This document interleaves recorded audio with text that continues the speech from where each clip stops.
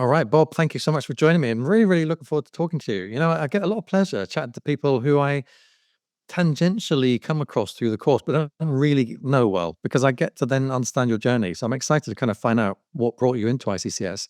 But perhaps you can just start by telling us who you are as a coach. What was your background? So my background way back would have been through systems engineering.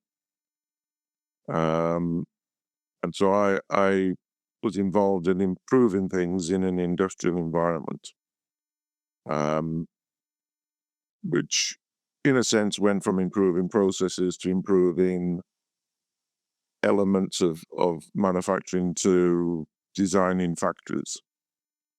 So way back when computers, there were no PCs and stuff like that. They were all mainframes and kind of steam driven. Um, I think I was probably one of the first, if not the first people to use simulation in manufacturing environment. And simulated the first computer controlled factory in the UK.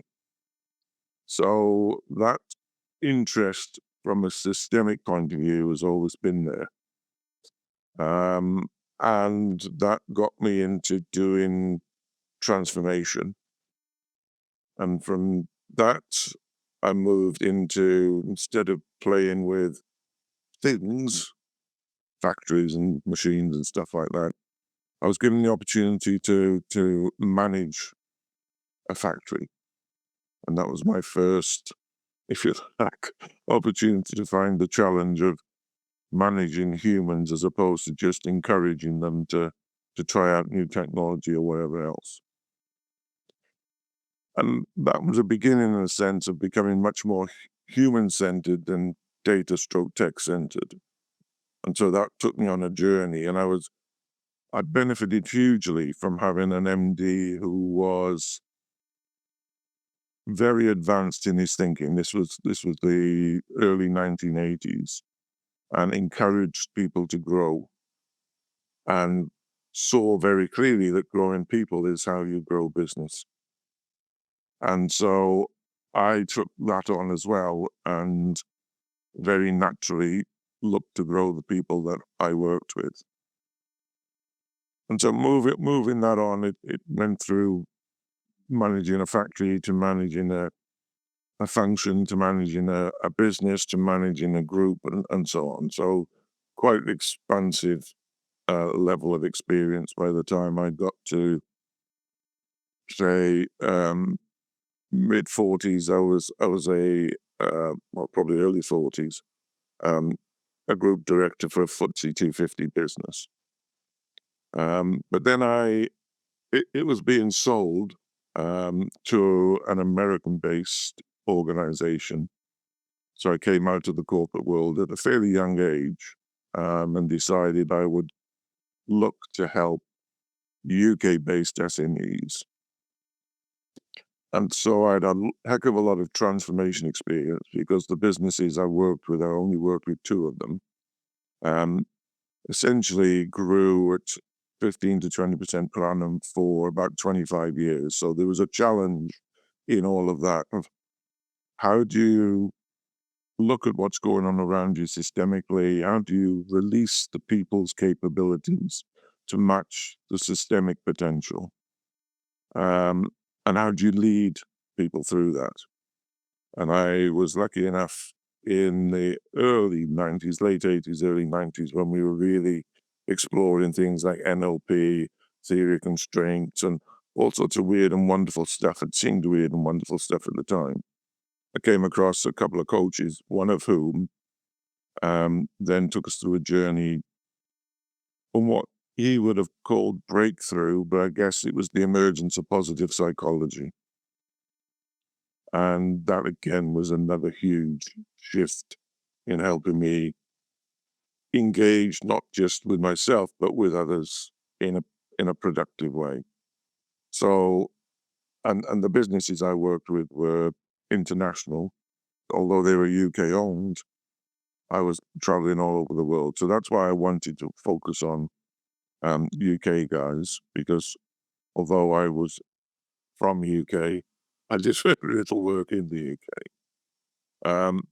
And so I took a coaching program that was performance coaching in 2004. Very basic. Probably in nowadays it would be a level 3 or whatever else. Very fundamental. And I joined a coaching organization where we practice stuff on a kind of monthly basis. We I think it's called something like a coaching academy or whatever else, but it was something that was started um, or at least endorsed by John Whitworth and a couple of other guys who were very enthusiastic, and they built up this practical environment where you could go and play.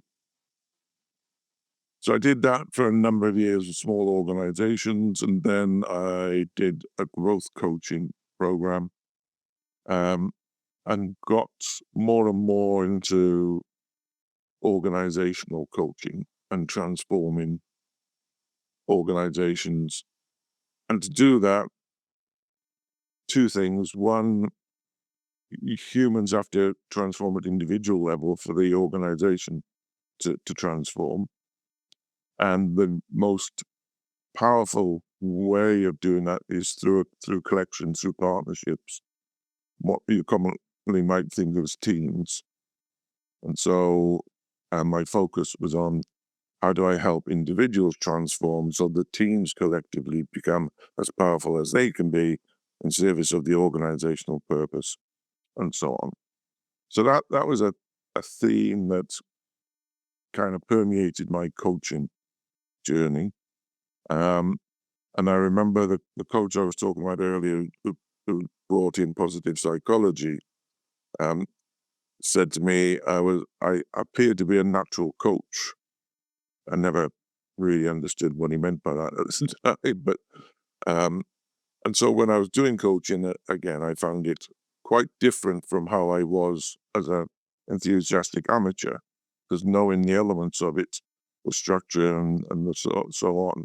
I think what he probably meant is my presence, my being was aligned, even if I wasn't aware then of some of the thinking and the doing. So I think taking the programs, the courses kind of enhanced that. They gave a little bit more structure and framework.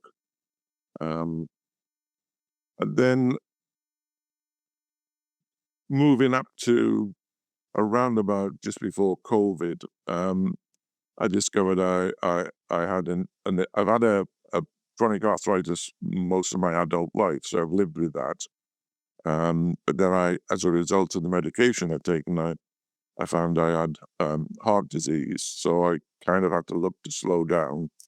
But I also took the time because team coaching had just come into the vogue for being recognized by the coaching institutions. And I thought, well, I've been doing this for nigh on 20 years and all my life in a sense. So I started learning to become qualified in team coaching. And that's a journey in essence I've only just completed about a year ago, because it takes quite some time from foundation to practitioner to senior practitioner.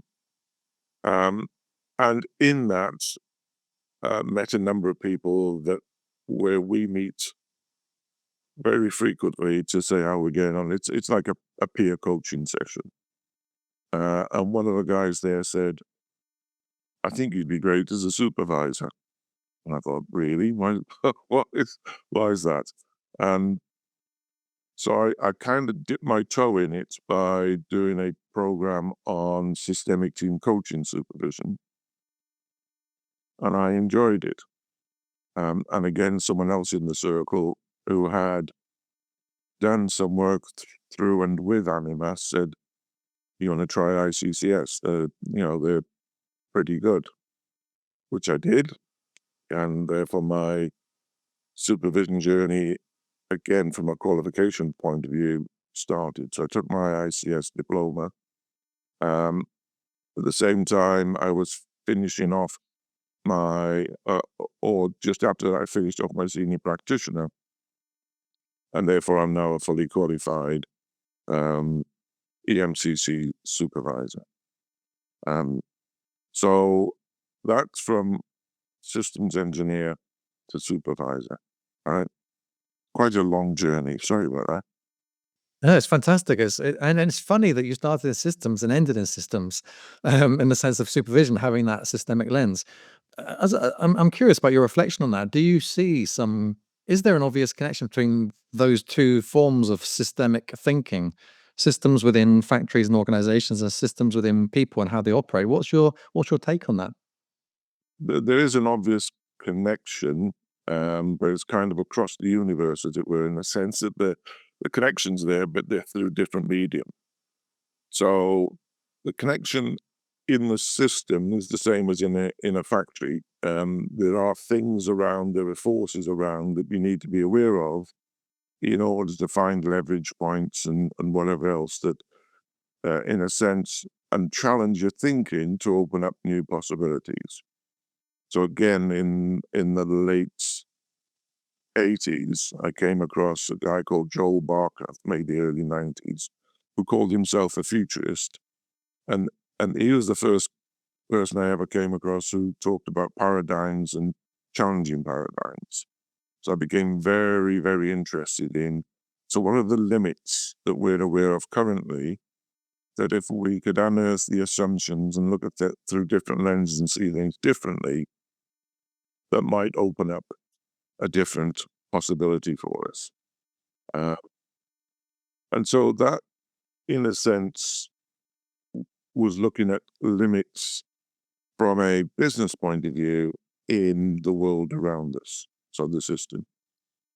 And then it became a matter of, so if that's the possibility, how do we as human beings, what do we have to do to step into that possibility differently so that we can actually take that opportunity? So that was a discovery of seeing wider potential in the world, but then what's the conversations we need to have, what's the explorations we need to have to help us step into that possibility.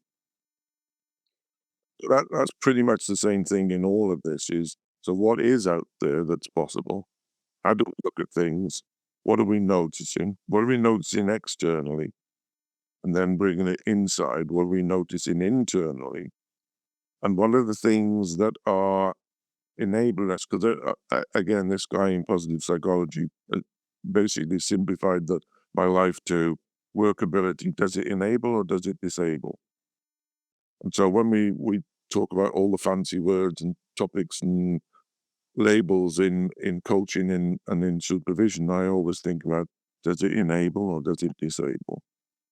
Um, and so that's the thing, I guess, where the link comes in. It's about what within is needed to be different in order to access the difference in the outside. Yeah, yeah, very interesting. One of the things that I noticed from your story, it seems the way you talked about it, Bob, was that a lot of it was a sense of people noticing you in you, the strengths or the qualities you have, which you hadn't particularly seen yourself. Like, wow, you're a natural coach, or you would make a good supervisor. And then you step into that. As you've gone through that journey, I'm curious about what how did you encounter, let's focus on supervision. How did you encounter supervision? Was it what you expected it to be? Was it different? Because you didn't go looking for it. You were suggested, "Hey, you'd make a good supervisor." What was it like to encounter it for the first time in that way? Was it what you expected? Um, well, I guess supervision is something that I had come across as peer supervision.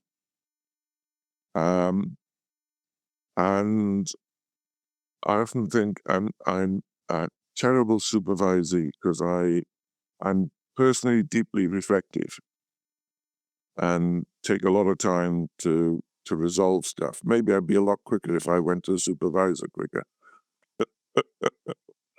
But so that reflection is partly because I noticed in a lot of the transformations that I was a part of, some years later, I would read something that had been recently published that mirrored exactly what we did. And even though I thought I was taking an approach of a, kind of learning organization type approach, I never actually captured the depth that an academic got by going in and observing. And so I kind of challenged myself from there on in to build more detailed models of what was going on in stuff I did.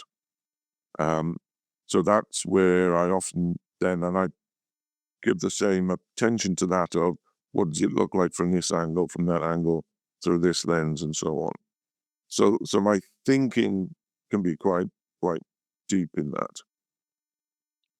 Um, and so my experience of doing supervision, being the supervisor, as it were, um, I guess in a sense, I I was doing it. I practiced it with other people, not in the ICS. I'm talking about the systemic team coaching one, which is my first experience of it. And so that was a struggle initially between, well, what is the difference between coaching and supervision? You know, so um, so it takes a while. It took me a while to get my head around that transition because it's not coaching, um, and in a sense, it's much freer. And it was framed for me quite early on as it's actually another medium for development of the coach. And so I'd done coaching to help others develop. I'd also taken 2 years to learn to be a teacher. And I did that deliberately so that I could follow what to me was a clear learning cycle between if people were keen but didn't really know anything, then teaching was appropriate. Um, if they were still keen but struggling, mentoring was more appropriate. Coaching was great if they knew what they were doing but weren't really present in the awareness and the commitment to do it. And then challenge was great for stretching people into flow and so on. So I determined that that was a model that seemed to work in my experience. I would be I would go out and make sure I could do all that. And supervision to me, in a sense, helped cement some of that for coaches, and particularly the difference between EMCC and maybe ICF. ICF seemed to be coaching is this. EMCC seemed a bit more free, and then supervision to me gave a greater kind of space for helping people develop. Yeah. Yeah. I love the way you describe the differences between teaching, mentoring, coaching. And then you added on supervision, but I'm curious if you can capture the essence of that. So you said that teaching is, you're interested, but you don't know how to do it. Mentoring is you're still interested, but you're not quite making progress. Coaching is you're not quite present, so that's going to help you. But what does that supervision piece add, would you say? Well, I think there's again, it's a personal interpretation. It's more like the integrator, yeah, in the sense that there's a freedom in it isn't just listening. Coaching is wonderful in the sense that you're helping people hear and see things that's all around them and all within them that they haven't yet realized. Yeah. And even when they speak it, they don't always hear it. And even when they hear it, they don't always take the meaning and look for what's the gift. So that's what you're doing in a sense. You're helping people replay what's going on in their world, externally and internally, so their awareness is heightened, and through that, they can become, I suppose, more insightful of what might be possible. And with teaching, you can actually share experience and mentoring, share experiences and so on that help them sometimes nudge them a little bit so they can move faster. You can connect the dots, whereas in coaching, you're creating a container for them to connect the dots. And in supervision, you have the the wider spectrum to play with.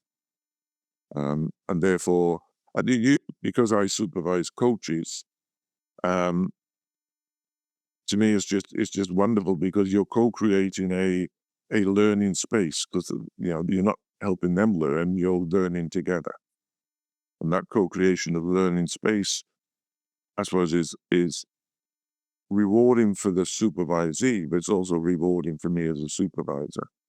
These people, coaches, I tend to find, come to supervision with a very, you know, wanting to, whereas often you'll have a coachee come in with a having to. And so it is a glorious space for me in supervision, but it's a far more committed space between us. And in that committed space, we can create huge, huge differences. Yeah. Well, you said you've obviously got huge experience. I mean, dating right back to, you mentioned around about the 80s in terms of the human development stuff.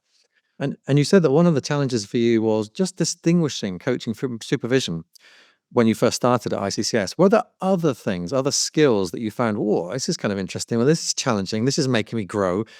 Because sometimes I find that coaches think, well, why do I need to train to be a supervisor? I'm an experienced coach. Isn't that enough? What was your sense of where did you need to grow? Um, well, I need to go every day. And each thing you come across is like a door opening thing that says, "Oh, okay, maybe that might be quite useful." Um, I think largely it's for me, it is always a journey on the human side, and probably as you might have got from your observations about people suggesting I might think about this or think about that, looking at the inner side of, so what is it that I have and where might it be in greater service? So that's a kind of continuing discovery. Um, so I don't know whether that answers the question, but um, yeah, it is largely about the inner part of me that is a continues then to expand what I might be able to do, but also can be the more challenging of, when you get into the psychodynamics and all that kind of stuff. Um, it often, because I come from a very simple thing, is it workable? Does it enable or does it disable? It, I find it quite challenging to understand all the words and the, and I tend to see it quite simply. If it's not working, do you not just have a conversation about what needs to work? But all the labels then tend to. The other thing, because of umpteen years of exploration, most things I have some kind of solution or model or framework for. And so when I'm presented with another one, I have a challenge of unlearning. I get to the point of thinking, well, experientially, I've got to something that's pretty similar to this. And I'm almost asking my question, if probably I'm asking the question, do I really need to invest a whole bunch of time trying to understand this when the gift it might give me is no different to the gift I've already got? That is a challenge for me. Interesting. And given that you did invest the time and the money to do the course, to some degree, you answered that question for yourself, either for good or bad. Where did you come to in that thinking? Is that still an ongoing question for you, or did you feel it was the right thing to do to add another layer of learning? Um, well, I think most people say when you step into supervision, in a sense, you're giving a gift to you as the coach. You improve as a coach. Um, so there's that, but and it's similar to, I support the development of teen coaches as well. And when you step into that, it's not teaching; it's supporting the practice. Um, that also you learn and you develop as well beyond, when you're the learner, when you're helping the learner, different perspective, different learning. And so supervision has not just given an opportunity to be a supervisor, it's helped in other areas like being a better coach and so on. But it does, as it as I said, it to me it's far more rewarding because you're working with people who want to be there and people who are, maybe I'm just lucky, but engaged in a very productive co-creative space. Yeah. Just beginning to wrap up now, Bob. Looking at the future, you mentioned that because of your heart condition, you felt like you had to slow down a bit. Where does supervision now fit into your future? How do you see this being a part of your practice, and what does your future practice look like in general? Well, supervision is something that I have great joy. I think it's a privilege. As I said, that co-creating space is fantastic. Um, so it's something I want to continue. Um, it is something that can be done on Zoom, um, and therefore physically or wellness wise, it kind of fits into my life. So it fulfills me. It's something I can do, um, and I believe it makes a big difference to others, not just me. Yeah. So do you see supervision being a major part of what you do, or a small part of your overall practice? Like, how do you see your kind of the integrated practice looking forward for the next few years? Okay, so it would be a shift to supervision being the main practice with, because I supervise team coaches. Um, doesn't mean to say I can't supervise others, but that's my chosen area, is team coaching. And then doing the coaching bit just to keep my currency in the field of work. So the coaching bit will, in a sense, just be one or two um, assignments, maybe a year, so that I've got an up-to-date perspective. Yeah, that's great. Is there anything that I haven't drawn out of you in this conversation that you'd like to share about supervision, coaching, where supervision fits into the world, or your view on it? Is there anything that you'd like to communicate? I think probably the surprise many coaches, particularly North American um, guys where supervision is not as ingrained or prevalent, are generally hugely surprised at the difference supervision makes to their coaching practice.